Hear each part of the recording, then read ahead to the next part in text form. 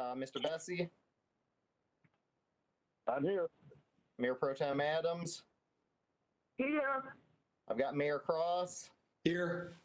Mr. Waite,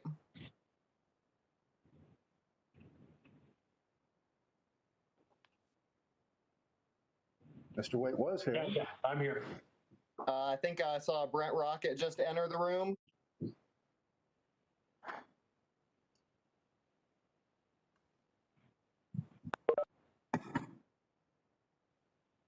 Brent, are you here?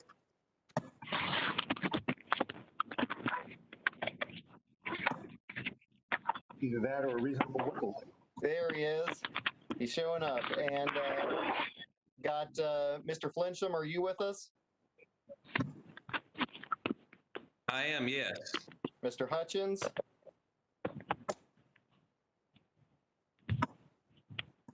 Yes, I'm here. Looks like we've got Mr. Perkins with us.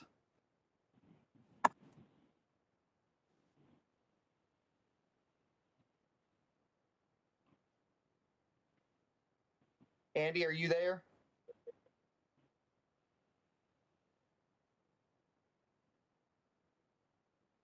He was on there earlier. All right, it looks like he's joined the meeting again. Mr. Perkins, do you have sound now? I guess that's finally got it. I came back in again. Yes, thank you. Mr. Clark? Willie?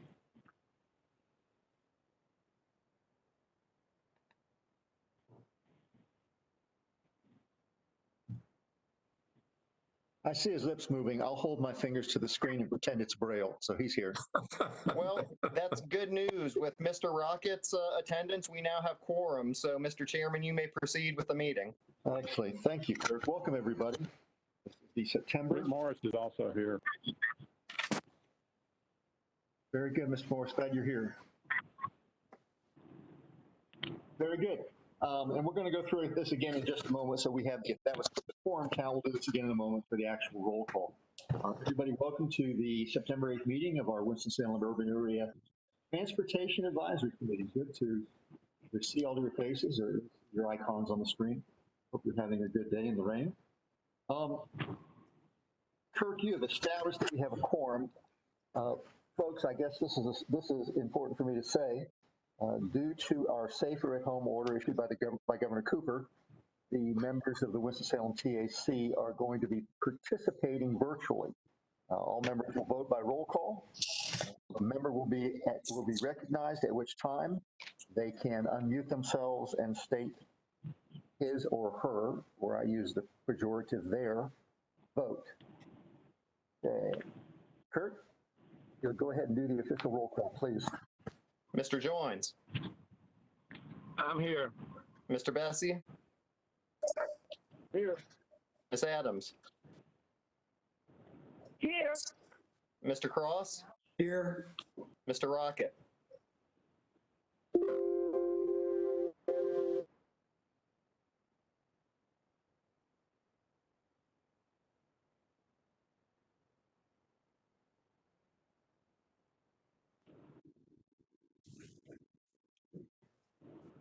Mr. Rocket, are you with us?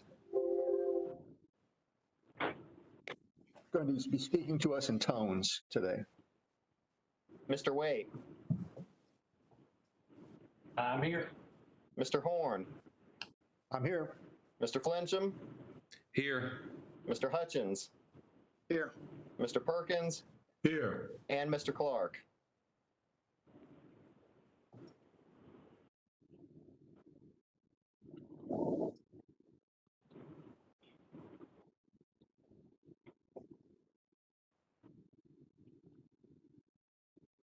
Clark, you may be muted.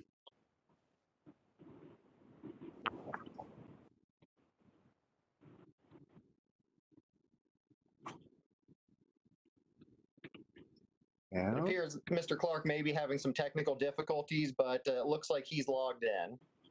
Very good. So we'll count you as present, Mr. Clark. We look forward to hearing from you in a bit. Ladies and gentlemen, as we're always required to do, we need to be aware of our conflict of interest.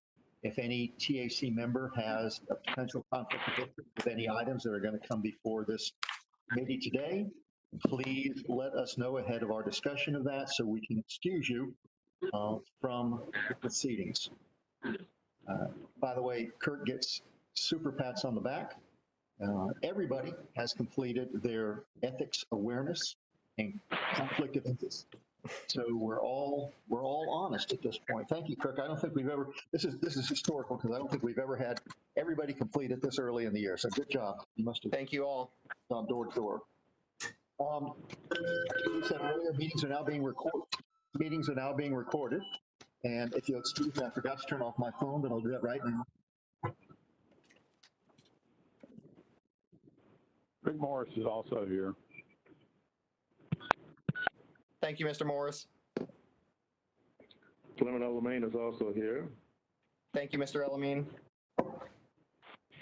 I'm serious. I'm calling progressive. I'm selling the rights to this. Very good. Ladies and gentlemen, this is the opportunity during our meeting, if any members of the public wish to address the committee, now is the time to do so. Byron, do we have anybody who is signed in or registered to speak?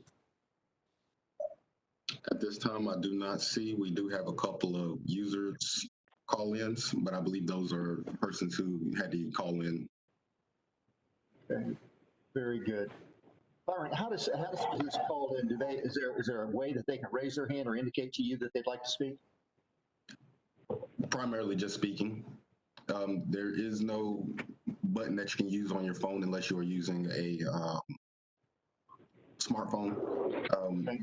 But with smartphone, you actually have the option to do video as well. Okay, very good. So we should assume right now that there's nobody wishing to make any comments during this period of our meeting. Correct. Okay, very good. Then we will conclude our public comment section. Ladies and gentlemen, you received minutes for our last meeting in July. Is there any discussion, any changes, any additions? Not, will entertain a motion to approve. Mr. Chairman, this is Alan Joins. I move approval. This is Rick Cross. I'll second. Mr. Joins makes the motion. Mr. Cross makes the second. Any additional discussion? Kirk, if you call the roll, please. All right, Mr. Joins votes affirmative. Mr. Bessie? Yes. Ms. Adams? Yes. Mr. Elamine? Yes. Mr. Cross seconded the motion. Mr. Rocket?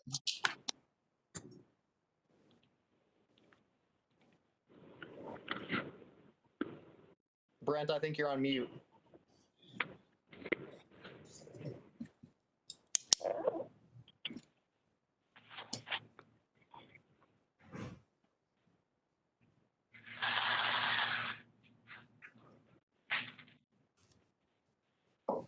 Mr. Rocket, what's your pleasure?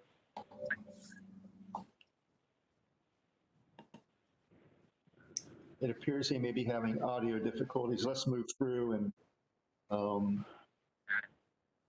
come back, or maybe he can join us. Mr. Waite? Aye. Mr. Horn? Yes? Mr. Flincham? Yes. Mr. Hutchins? Yes. Mr. Morris? Yes. Mr. Perkins? Yes. And Mr. Clark?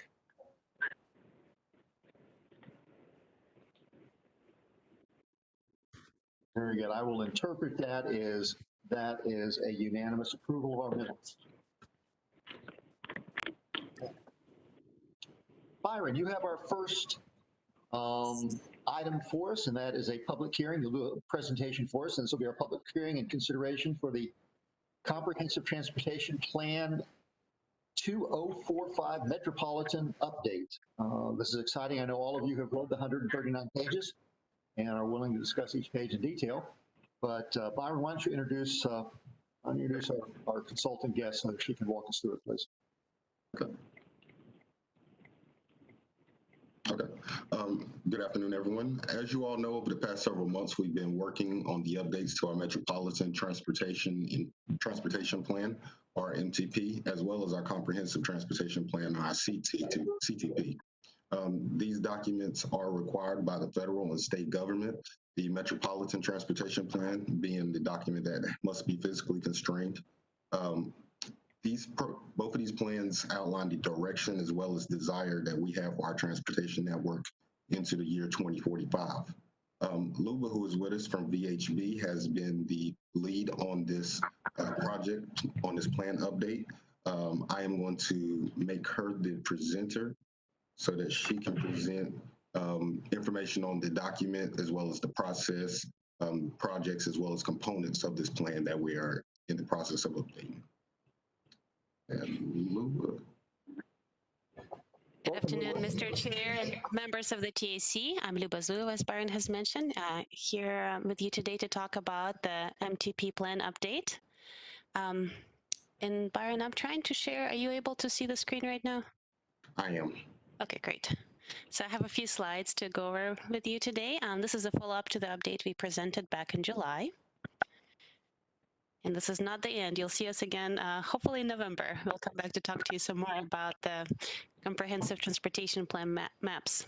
But for today, we are going to primarily focus on the results from the public outreach sessions in round 2 and round 3 in July and August, review the draft MTP recommendations summary, and then talk a little bit about next steps. As you can see from this timeline, we started out in early spring with our steering committee working on the vision, goals, and objectives. We reviewed the existing conditions, kind of identified some of the deficiencies. We had the existing conditions report released back in May.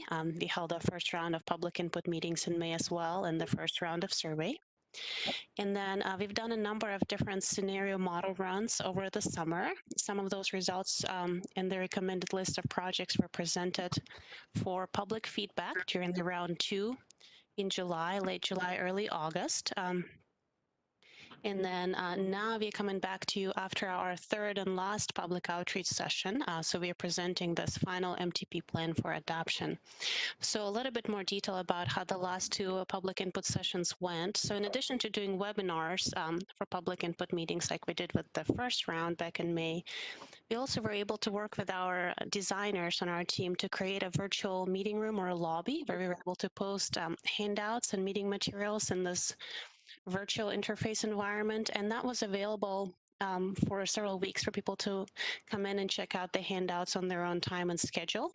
So we're happy to report that a fairly sizable number of people attended our virtual meeting lobby. We saw about 550 participants for round 2, and then 130 participants during this last round came at least once to check out this meeting room. Now, some of them have actually joined one of our webinars. We still had those breakout webinar sessions in July, and then here more recently between August 25th and September 3rd, we had 5 more.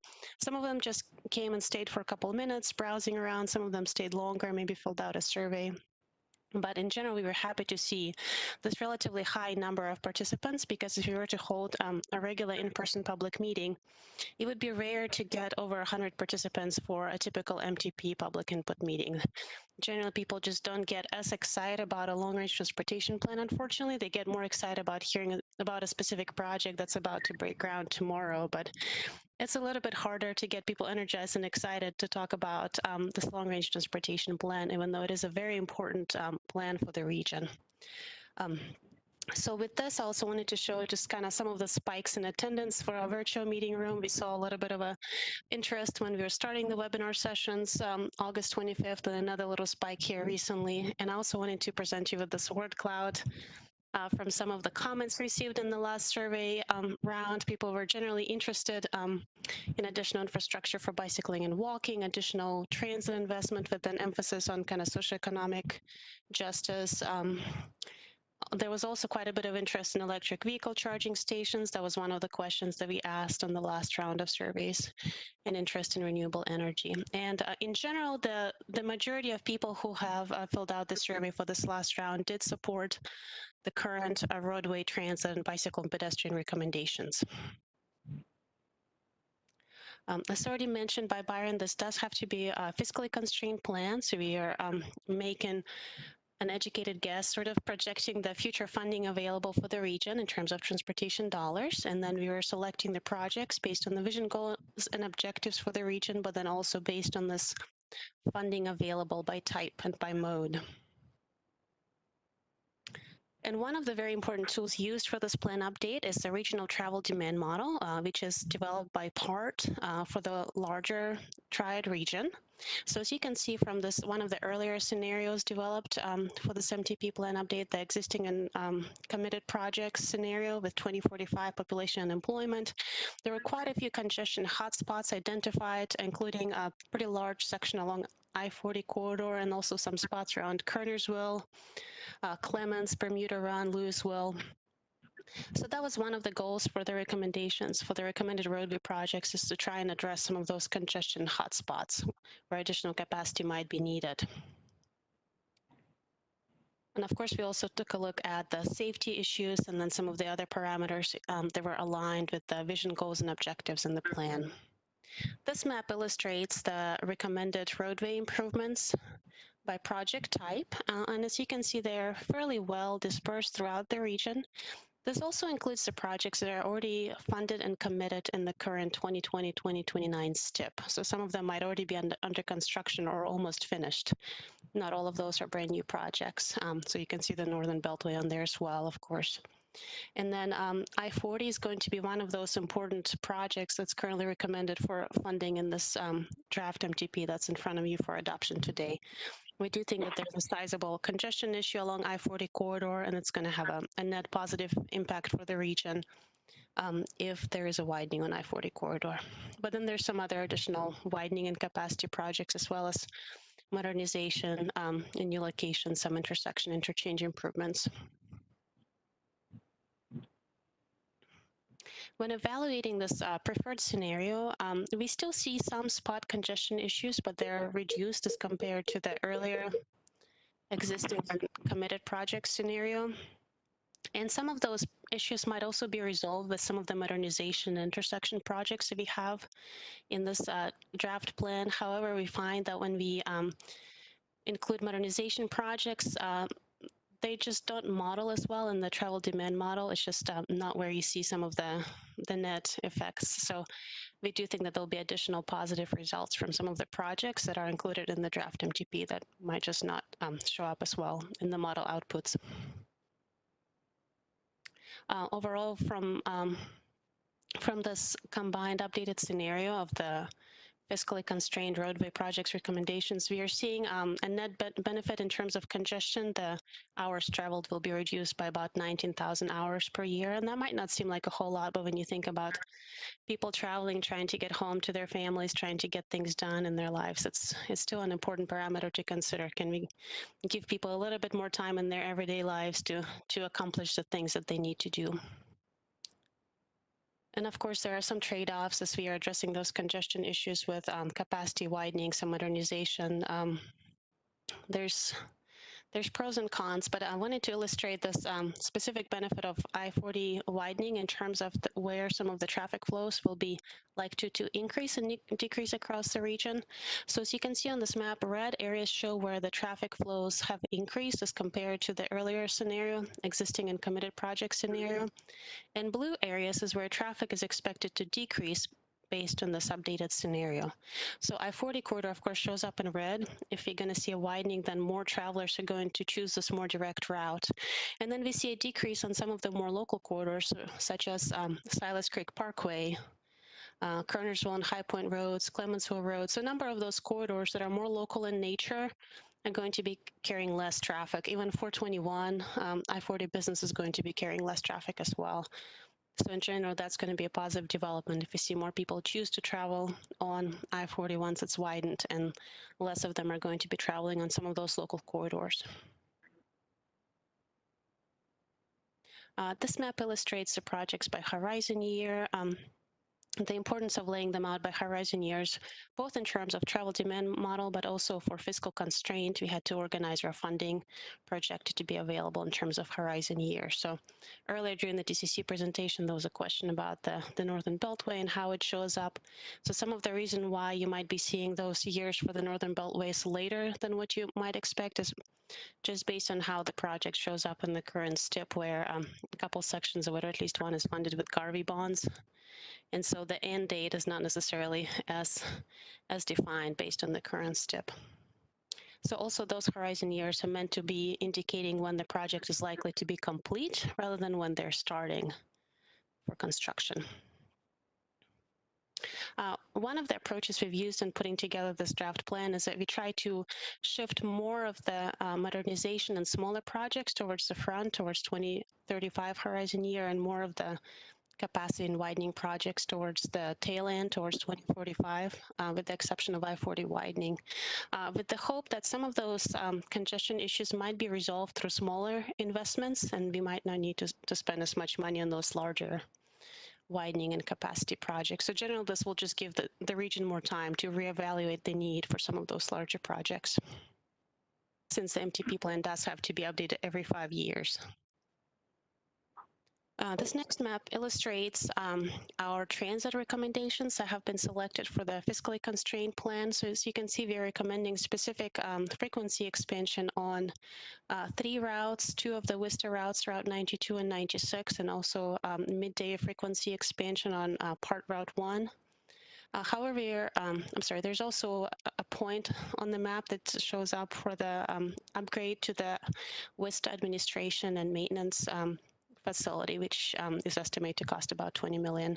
So those are specifically identified with specific funding sources attached. And then we're also showing a large portion of transit funding going forward as dedicated to maintaining existing transit service, including Davidson County Transportation, Worcester, in part. However, we're also recognizing there will be additional needs, including possibly restoring some of the frequency on routes that has been lost with some of the recent CMAQ funds expiration.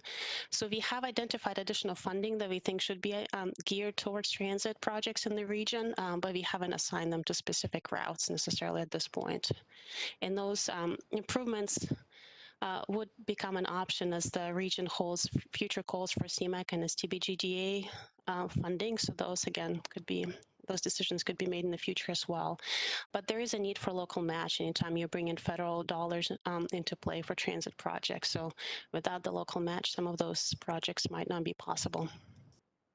So that kind of segues into one of our planning and policy recommendations for transit is this idea of considering where additional local funding sources for transit could come from. Is it possible that the region could consider a local sales tax dedicated to transit in the future? That would certainly open up more opportunities for generating a stable source of revenue for transit projects going into the future. There's also some recommendations related to TDM, improved fare collection, additional planning for Winston-Salem streetcar or some other kind of shuttle circulator system, and then also improving on-demand transportation. For bicycle and pedestrian plan recommendations, our fiscally constrained list is a little bit more centered around the core of the region. And then we have also identified a number of other important bicycle and pedestrian improvements, some of which are not currently in the fiscally constrained list. Some of those we will be able to see implemented most likely as part of a roadway project due to the recent change in NCDOT complete streets policy. Anytime a roadway project moves forward, if a project is in a locally adopted or regional adopted plan, those improvements should be incorporated. But in standalone projects alone, we've identified about $118 million worth of standalone bicycle and pedestrian projects. And as already mentioned, we expect that additional improvements will happen incrementally as part of roadway improvements. And then, of course, as part of putting together the CTP maps, there'll be a wider range of bicycle and pedestrian recommendations also on the CTP maps. Luba, may I ask you a question right now, or should I wait till the end of the presentation? No, feel free to go ahead and ask. In considering your bicycle projects, did you look at primarily bicycle use for transportation to and from work, or did you also look at recreational use? In terms of our scoring, we're gearing the scoring mechanism a little bit more towards transportation. So we consider things such as the number of local community destinations. But if you have a park, that would probably be considered as one of those community destinations. So certainly proximity to a park or another existing greenway would give a bicycle pedestrian project extra points. So schools similarly would also give you extra priorities. We also took into account the presence of the transportation disadvantaged populations in the area. So bicycle and pedestrian projects that were in proximity to an EJ area of high concern would also score a little bit higher on this prioritization list. I just suggest maybe flag this for some future discussion, but in Louisville, we've become a real hub for recreational biking. And it's not uncommon to have 200 or 300 bike enthusiasts out there on the weekend and sometimes even during the weeknights. Thank you. We'll take that into account, and certainly as part of developing the CTP bicycle map, it can also be reflected a little bit better. Thank you.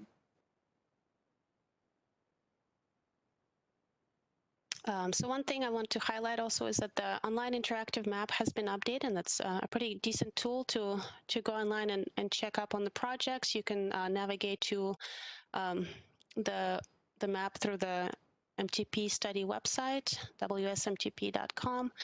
I'm sorry, wsmtpupdate.com, and then go to the interactive map. You can search by project ID, so that's pretty helpful, and that will take you straight to the project. Or you can also just click around on some of those lines to see what they are. When you open the map, by default, the CTP, so kind of not fiscally constrained projects, are turned off, but you can go into the list of layers highlighted with this sort of square pancake stack and turn the CTP layers on as well. So with that, just to review a couple next steps. So we were hoping for an MTP adoption today, just to keep the Winston-Salem urban area MPO in compliance with the federal deadlines. And again, this plan can always be amended in the future as needed. For example, if a project that's in the CTP ends up getting funded through the STI prioritization, it could be amended if needed. We will continue to work on the CTP maps for the region, and also we'll continue to work on update to the congestion management process. So that will come later. We expect to release those for public comment in mid-October and bring them back for adoption in November. So with that, I wanted to thank you all for your time and open it up for any additional questions.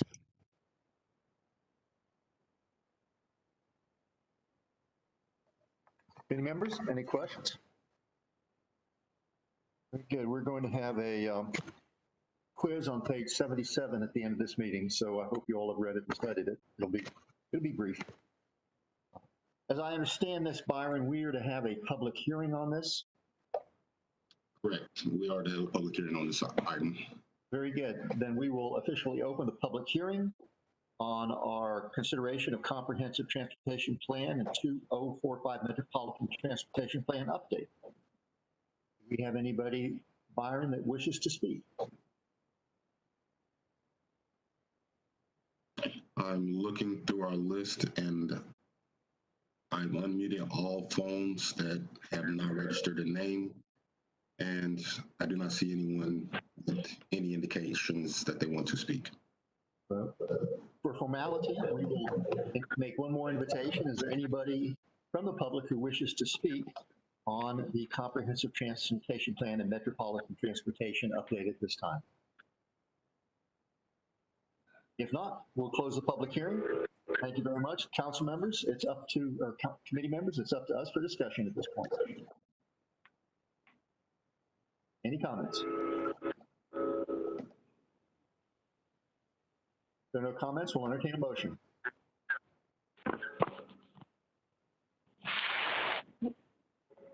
Mr. Mayor?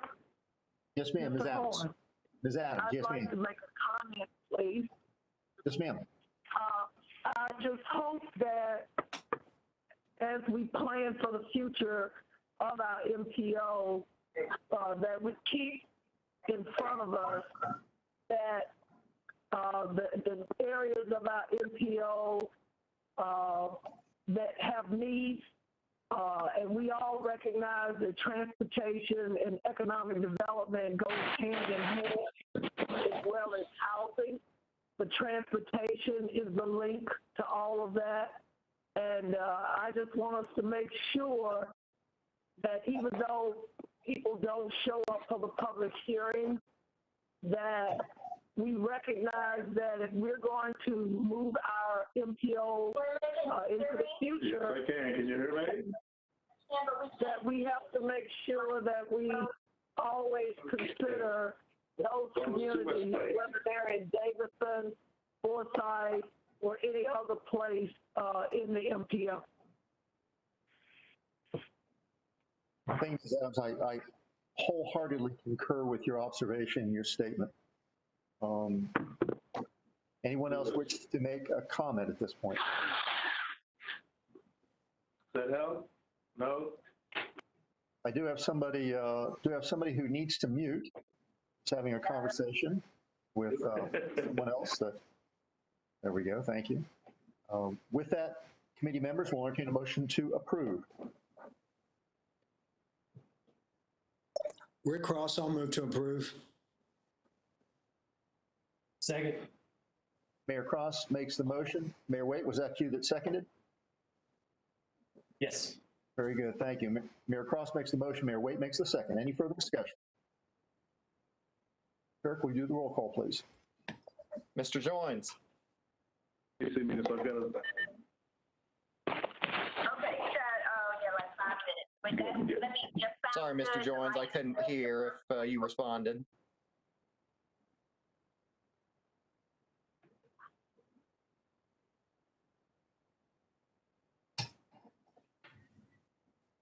It appears he may be having some technical difficulties, so we'll move on to the next. Yes. Back.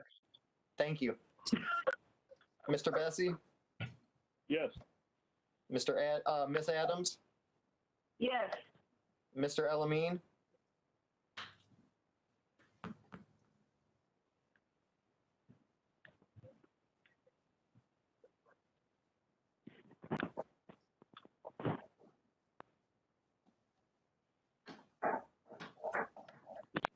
Can you mute your line, please? All right, got you. Mr. Elamine, what's your pleasure? Yes. Thank you. Mr. Cross voted yes. Mr. Rocket?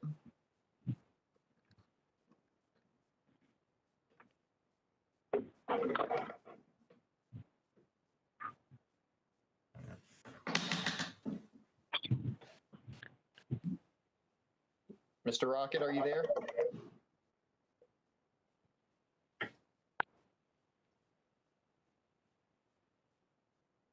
Byron, let me ask you this. Do you have the ability to unmute everybody?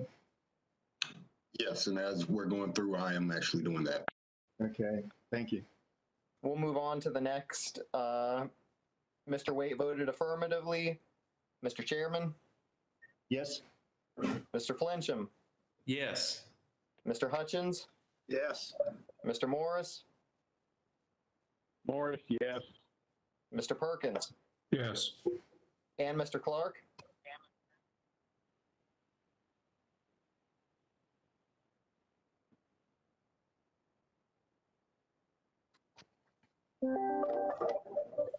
Mr. Chairman, it appears the motion passes unanimously. Very good. Thank you, Kirk. This is painful. I wish there was some kind of appointment we could put on it. Okay. Thank you, ladies and gentlemen. Now we go to consideration of our 2020 Surface Transportation Block Grant. And Matthew, if you are here, if you'll lead us through that. Thank you. Thank you, Mr. Chairman. Good afternoon, TAC members. This is, as the chairman mentioned, an item to approve the programming of federal transportation funds for projects that were submitted to the MPO. So a little background information, as a transportation management area, the Winston-Salem Urban Area MPO has the authority to program the Surface Transportation Block Grant Direct Attributable Funds, so the STBGDA funds. And back in November, we had announced, MPO staff announced that we had approximately $13 million to program during this round of funding. Over the next couple months, MPO communities submitted their projects, roadway projects, bicycle, pedestrian, transit projects. And in January, we shared those projects. There were 16 sidewalk projects, 4 greenway projects, 5 intersection and small roadway projects, 2 transit projects for consideration. At that same meeting, we shared with the committee the evaluation process and the criteria that we would use to help make the decision on which project would be funded. The committee that we convened to review the projects included MPO staff, NCDOT Division 9 staff, staff from the town of Louisville, staff from the engineering department of the city of Winston-Salem, and even staff from the Winston-Salem Forsyth County School District to provide an outside perspective. So the tables of projects are attached behind this item, so hopefully you've had a chance to review those. And I'm happy to answer any questions you may have about those projects or the process we went through to evaluate them. Thank you. Thank you, Matthew. Committee members, any questions for Matthew? I do want to congratulate the town of Kernersville, who appears to have fared very well in the allocation of money. A dump truck with small unmarked bills will be backing up to your town hall shortly. With that, committee members, we'll entertain a motion to approve. Or not approve. Approve. Second. I'm sorry, I missed who made the approval. Okay, that was Mr. Hutchins made the motion. I seconded, Mr. Chair. And Mr. Bessie made the second. Any additional discussion? Not, Kirk, will you call the roll, please? Mr. Joines.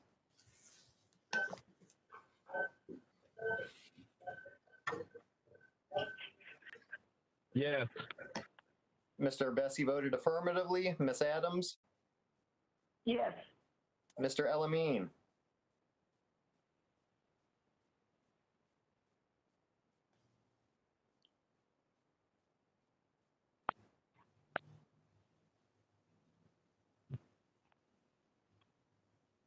So, Luther, you're gonna be talking, but your thing is going in and out. She's gonna call on you, so we gotta get you. Mr. Elamine. Yes. Yes. Thank you. Mr. Cross. Yes. Mr. Rocket.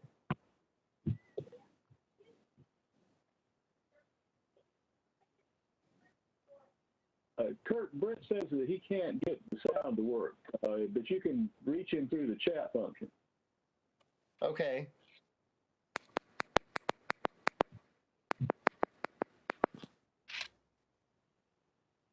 Let's see if we can text him and see how he votes then. And while we're waiting for a response, we'll go ahead and continue with the roll call. Mr. Waite. Aye. Chairman? Yes. Mr. Flensham? Yes. Mr. Hutchins votes yes. Mr. Morris? Yes. Mr. Perkins? Yes. Mr. Clark?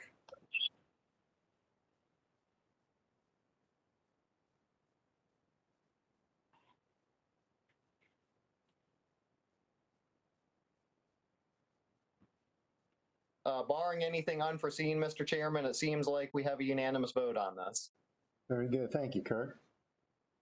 Our next item, Byron, I believe you have, is our consideration of fiscal year 2020-2029 MTIP. Amendments and modifications. Thank you. Before you, you have a list of amendments to projects that are included in our Metropolitan Transportation Improvement Program, or MTIP. This listing of projects is also reflected in the state's Transportation Improvement Program, which is their STIP. As such, all projects that are included in the STIP must be reflected on our local MTIP. The modifications, deletions, and amendments that are shown before you were provided to the public for 30 days for public review between June 19th, 2020 and July 21st, 2020. 3 projects of note that are included in this packet is US 158 right-of-way has been delayed until fiscal year 2021. A portion of the western section of the Northern Beltway has been delayed until fiscal year 2022. And a portion of the eastern leg of the Northern Beltway has delayed construction until fiscal year 2021. These amendments are up for action at this meeting, and I'll be happy to answer any questions. Thank you. Any questions for Byron?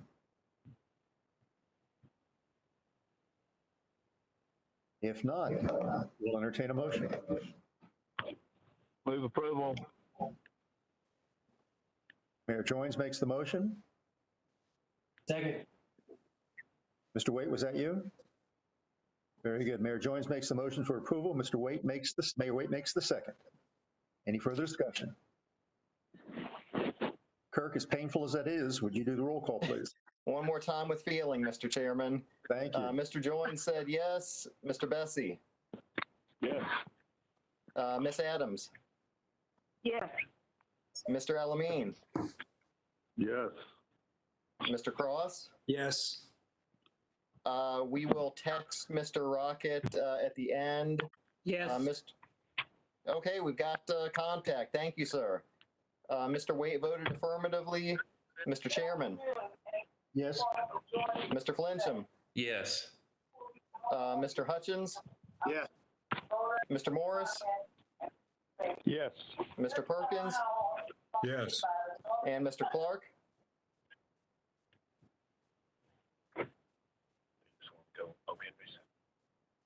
Mr. Clark, are you there?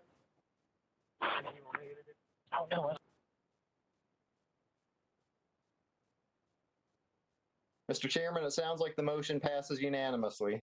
Very good. Thank you, Kirk. I appreciate your clairvoyance on anticipating some of those responses. Okay. Kelly, I believe you are up next with the consideration of the renewed of the Winston-Salem Urban Area Metropolitan Transportation Conformity Management Agreement. Is there an acronym for that? Yeah. Not that I know. Okay, very good. Kelly, you're up. Good afternoon, everyone. The item before you, as was mentioned, is the consideration of the renewal of the MPO's Transportation Conformity Memorandum of Agreement.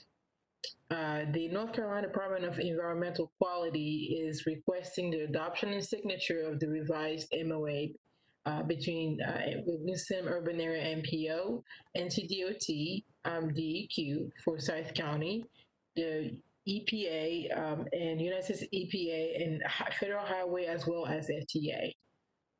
In accordance with the Clean Air Act, DEQ chose to develop a transportation conformity MOA to ensure that interagency consultation procedures were followed by each of the state's maintenance area. The MOA outlines the responsibility and the process that each signatory must follow to ensure that transportation plans conform to the emissions budget set forth by NCDOT's state implementation plan. The state implementation plan, by the way, is a collection of regulations and documents used by the states, by state, territory, or local air district to reduce air pollution in areas that do not meet national ambient air quality standards. As of now, no action is needed besides adopting the MOA, since all the areas of the states are in conformity. The existing MOA was approved by the EPA into the SIP in February of 2014. The DEQ has been coordinating the process of renewing the MOA with each MPO, the National Park Services, and NCDOT to fulfill their duties as part of the existing MOA. Most of the revisions of this document include updates to names of plans and agencies, as well as updates to the methodologies concurrent with current practices. Following the signature of the number of agencies, the plan will undergo a 30-day comment period, and the Division of Air Quality will consider the relevant comments and subsequently request that EPA review and sign and approve each revised MOA. Included in your packet is the red line version of the MOA for your review, as well as the final document. This document was presented to the board at our last meeting for review and is up for action at this one. I will answer any questions that you have. Very good, Kelly. Thank you. Any questions for Kelly? If not, we'll entertain a motion to approve. Rick Cross, move to approve. Mayor Cross makes the motion to approve. Is there a second? Second. Second, Dee Adams. You know, since you haven't played yet, Dee Dee, we're going to give you the second on that one. So the second by Mrs. Adams. I thought I'd give everybody else a chance today. Very good. Kirk, if you'll do the roll call, please. Mr. Joins. Yes. Mr. Bessie. Yes. Ms. Adams voted yes. Mr. Elamine.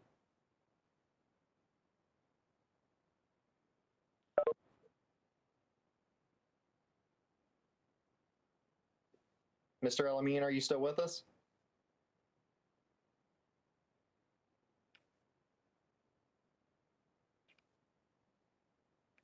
It appears Mr. Elamine has temporarily left the meeting. Mr. Cross voted yes. Mr. Rocket.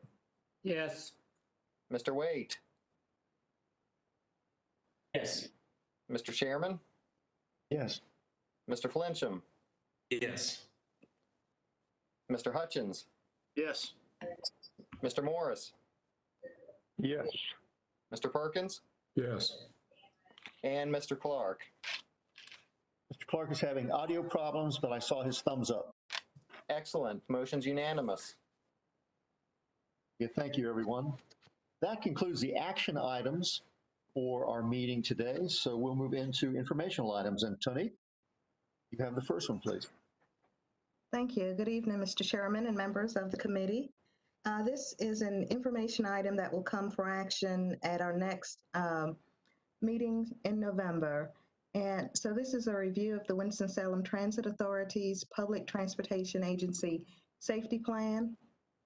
On July 19th, 2018, FTA published the Public Transportation Agency Safety Plan Final Rule, which requires certain operators of public transportation systems that receive federal funds under FTA Urbanized Area Formula Grants, or the 5307 grants, to develop a safety plan that includes processes and procedures to implement safety management systems. So what you have before you is the Public Transportation Agency Safety Plan for the Winston-Salem Urban Area Transit Authority. This plan includes processes that will support WISTA's objective of providing safe, reliable, comfortable, and innovative transportation options to every member of the community. The plan is attached. As I mentioned, the intent is to bring it back for consideration of approval in November so that WISTA can meet FTA's requirement to have it approved by December 2020.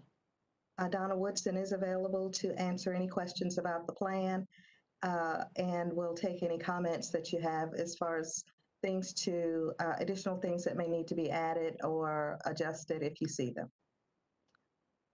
Thank you, Tanique. Any questions or comments? And we will be voting on this in November. Yes. Thank you. Tanique, I believe you have the next item. Yes.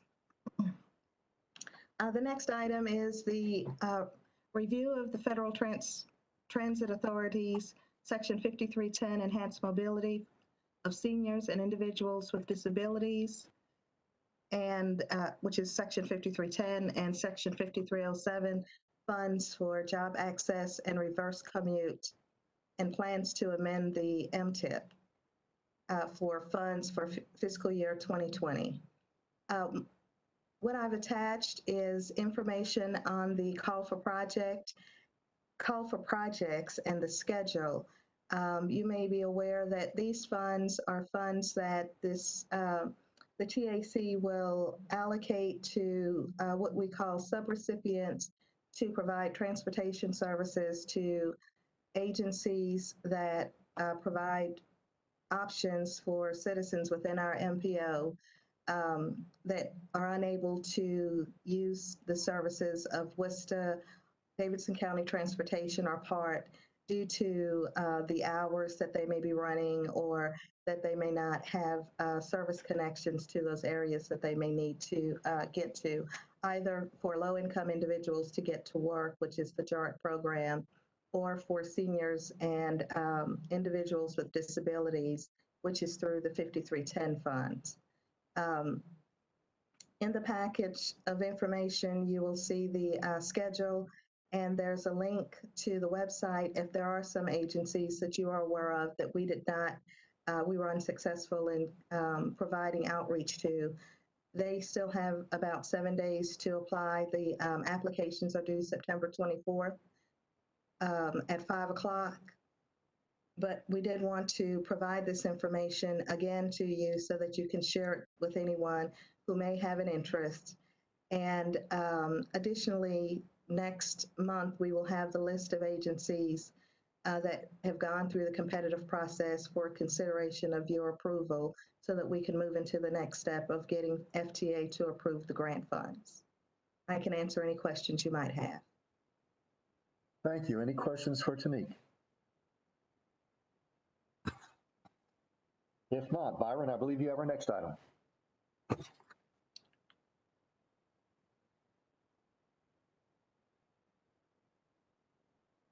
Okay. I'm going to primarily be working from the slides that were included in your packet. So I'll go ahead and change down to that. All right. Back in 2017, we started working on a process to review federal functional class modifications that are being requested throughout our community. The primary recommendations from the FHWA when it came to this process was to, one, establish a local process that the local MPOs could use for evaluating, establish a committee to review these requests, and to also maintain the FFC network, and then work with state and local governments in creating this evaluation process. In 2017, we did all of those things, and we created a process and application as well as a review committee for looking at changes to our federal functional class network whenever someone wanted to make a modification or request. What I'm going to do is provide just a brief update of where we are in the process of the review that we submitted back in 2017, as well as talk about federal functional class, what it is, and kind of get you prepared for the changes that we are, for the call of projects that we're going to make in November. Included in your packet is also a table that includes the list of projects that we will be submitting to FHWA. Included is 2 recommendations from NCDOT that we will bring before you at the next meeting in November for approval, so that those can also be submitted with the other recommendations that we are submitting right now.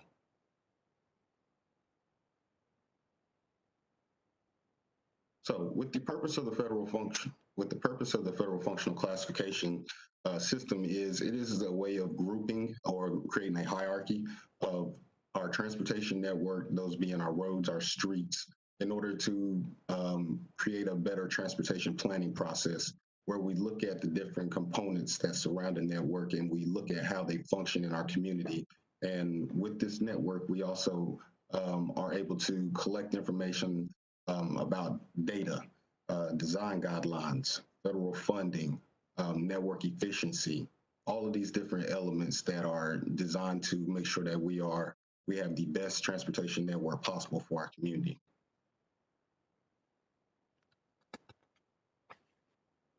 Included in that process are a number of evaluating factors that have been recommended by FHWA for evaluating these roadways.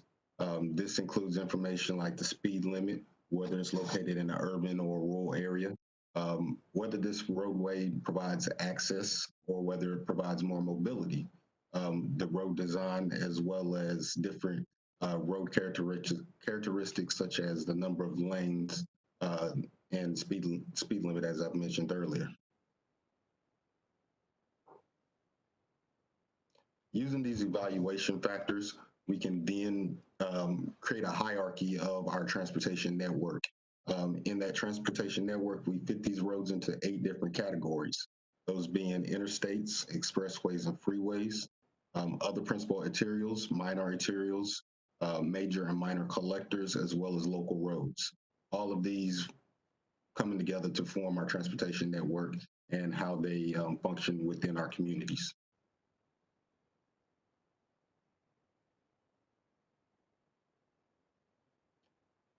So as time come changes as roadways are used more, used less, as land uses around those roadways change. We have different number of factors that we can consider when adding or making changes to our federal functional class network. One of those factors being adding a newly constructed road or extending a roadway. We could upgrade a roadway depending on if there are more people now using that roadway facility, there's more traffic, it's been upgraded or widened.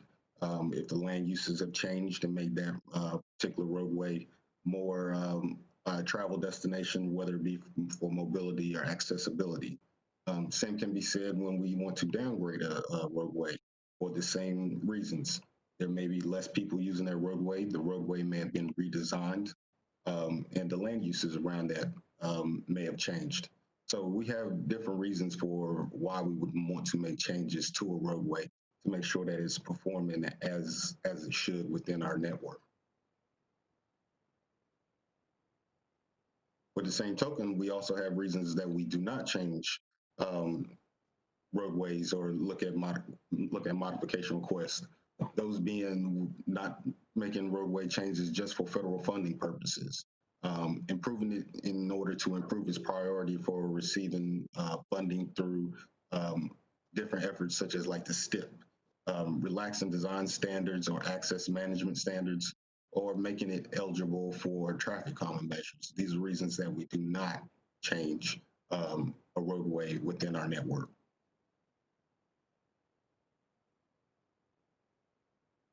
So as it was mentioned, back in 2017, we put together a whole application, a process for evaluating roadways.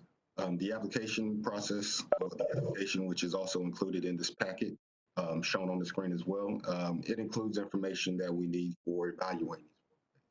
That being, what is the purpose of the modification? What are the segment descriptions that this particular roadway fits in? What give us a description of the surrounding land uses. We also take into consideration roadway characteristics such as the number of lanes, the lane width, speed limit, the ADT counts, whether it's a STIP project or part of a STIP project, as well as what are some of the multimodal facilities that are around. Also with review of this process, typically what the process does is we will first receive the applications from the applicant. Staff will look over it, work with the applicant to make sure that we have all the information that is needed in that application. We will then provide that information to the Streets and Highways Subcommittee, who does the initial evaluation of roadway projects before submitting to the TCC and the TAC for final recommendation. Again, everything that we are looking at when it comes to evaluating these roadways is included in our federal functional class matrix, which again further identifies what are the different thresholds for each of the road types, as well as how we evaluate them and the different things that we keep in mind.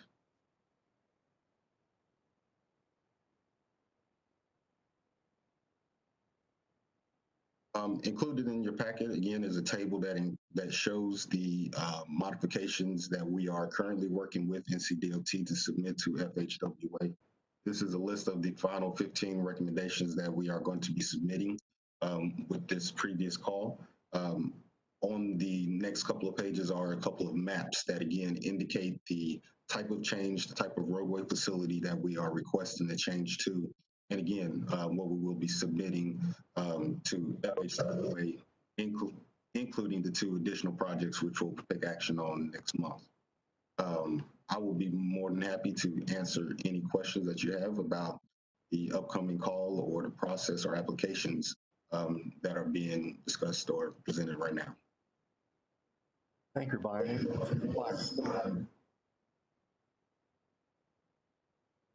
Very good. Thanks, Byron. We also have our next item.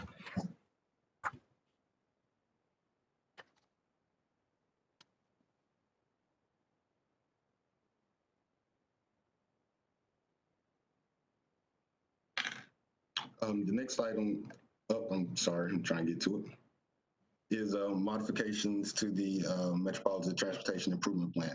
As it was stated earlier, our local version of the Metropolitan State Transportation Improvement Program, or MTIP, must reflect the projects that are included in the state's Transportation Improvement Program, or STIP. As such, we take the modifications, amendments, deletions of any projects that the state passes down, and we incorporate them. Including your packet are these amendments. We advertise these amendments per our public participation policy for 30 days from August 15, 2020 to September 16, 2020. We are not requesting any action at this time. This is just information that we will bring to meeting next month in November for action for these amendments. And I'll be happy to answer any questions. Thank you, Mike. All righty. Kelly, we haven't heard from you. The next item is yours. Yes, sir. The item before you is the review of the letters of support for Davidson County Department of Senior Services, the Workshop of Davidson, and the Life Center of Davidson County for NCDOT's Federal Transit Administration Section 5310 funding. NCDOT's Public Transportation Division administers the application and selection process for the allocation of FTA's 5310 funding. The Section 5310 program provides funding to improve mobility for seniors and individuals with disabilities by removing barriers to the transportation services and expanding the transportation mobility options. The Workshop of Davidson, the Life Center of Davidson County, and Davidson County Department of Senior Services provides, Davidson County, I got distracted, I apologize.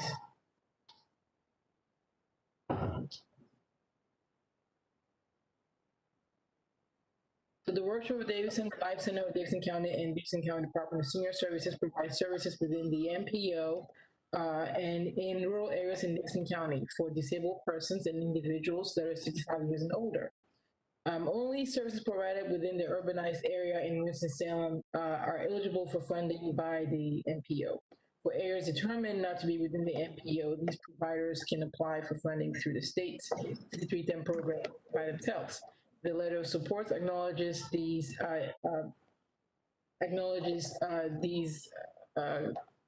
individuals or these organizations, desire to participate in this program, and that the TAC support their application for the 5310 program. The Workshop of Davidson has requested $130,000. Life Center of Davidson County has requested $48,000, and Davidson County Transportation of Senior Services has requested $250,000 for the state's 5310 program.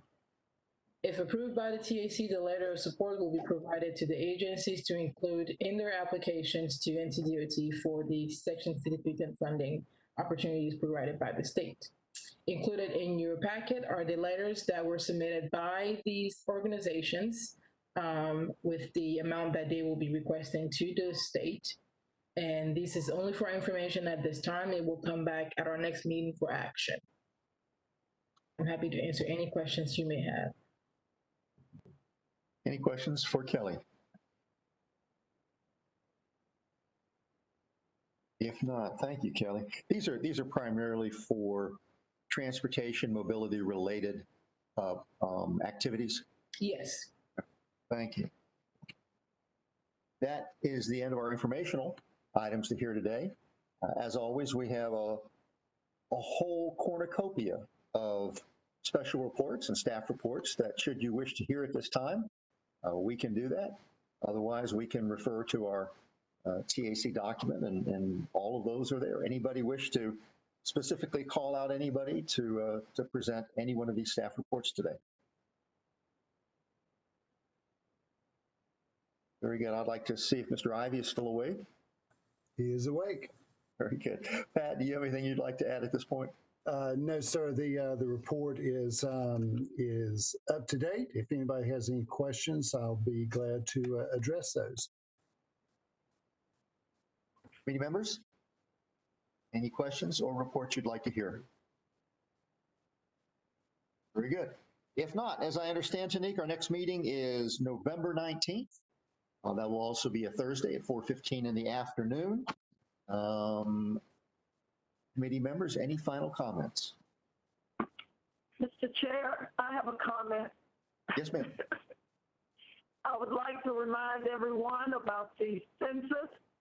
The deadline is September the 30th, unless something happens in the courts to extend it to October the 31st.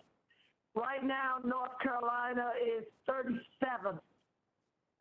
That's not good. As to self-responding against other states in the country, right now we are tracking about 62 to 63% in North Carolina. And I don't know about Davidson and the other counties, but I know Forsyth is about 61 and 62% as well. I would advise all of us, because you know the money is about $1,800 to $2,000 per citizen. And if you know, like all of us should know, we're going to need that money next year after April. So I implore everyone again to make videos, selfies, whatever you need to do to get your cities and counties to get counted, and you can go to 2020ncount.org. I'm jotting that down. That's 2020nccounts.org. Thank you, Ms. Adams. That's an important reminder. Committee members, anything else?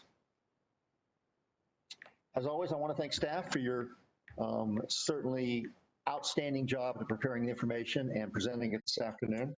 And also, once again, special birthday with us to Mayor Alan Joines. He's probably already left for his birthday party, because I believe it extends for the next 24 hours. But Mayor, happy birthday. If there are no further comments, we'll entertain a motion to adjourn. So moved. I believe that was Mr. Bessie. Is there a second? I'll second. I'm guessing, was that Mayor Waite?